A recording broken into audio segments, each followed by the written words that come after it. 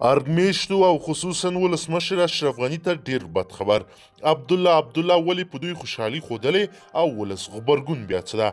څه شوي دي او اشرف غني ولې وارخطا ده؟ دلته په ویډیو کې له موږ سره وګورئ.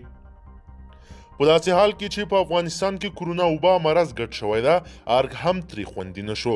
تازه راپورونه وایي چې ولسمشر اشرف غني قرنطین شو او هیڅ رسمي او غیر رسمي غونډې ته به نه راځي. امکان ډېر لري چې ولسمشر به د دې نه بعد غونډې په سکایپ رهبري کړي او یا هم امرالله صالح به یې رهبریت په غاړه واخلي. ولسمشرۍ ماڼۍ تایید کړې ده چې د ارګ شاوخوا 20 کارکوونکي پر کرونا وایرس اخته شوي دي، چې په دغه اخته کسانو باندې عبدالله او ټیم یې خوښي څرګنده کړې. دوی وایي چې موږ ولایتونو ته څه باندې 3,000 نه ډیر کیټونه کومک کړي دي، خو ارګ تنها د ځان او ملګرو لپاره 3,500 کیټونه ایښودلي دي تر څو ځانونه معاینه کړي او ملګري ترې خوندي وساتي.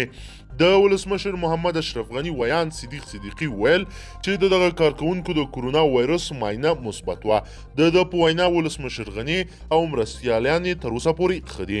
ښاغلی صدیقي زیاته کړې چې ولسمشرۍ ماڼۍ سلګونه کارکوونکي او لسګونه نور دفترونه لري چې د په ټکو د هغوی څېړنه هم روانې دي. دوی وایي په ارګ کې د کرونا وایرس د مخنیوي ټول تدابیر نیول شوي دي. له دې وړاندې د نیویارک ټایمز ورځپاڼې په کوویډ-19 ناروغۍ د ارګ د 40 کارکوونکو د اخته کېدو خبر ورکړی وه. دې ورځپاڼې دا هم ویلي چې ولسمشر غني ځان ګوښه کړی او په غونډو کې د ویډیو له لارې ګډون کوي.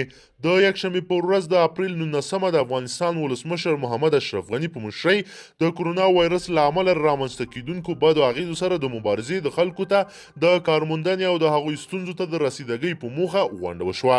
دغه غونډه چې په دلکشا ماڼۍ کې ترسره شوې وه، د جمهوري ریاست لومړی مرستیال امرالله صالح د اقتصادي او سوداګریزو چارو د پراختیا او بېوزلۍ راکمولو په برخه کې د جمهور رئیس ځانګړی استازی محمد یوسف غضنفر او د بېلابېلو وزارتونو او ادارو مسؤلینو پکې حضور درلود.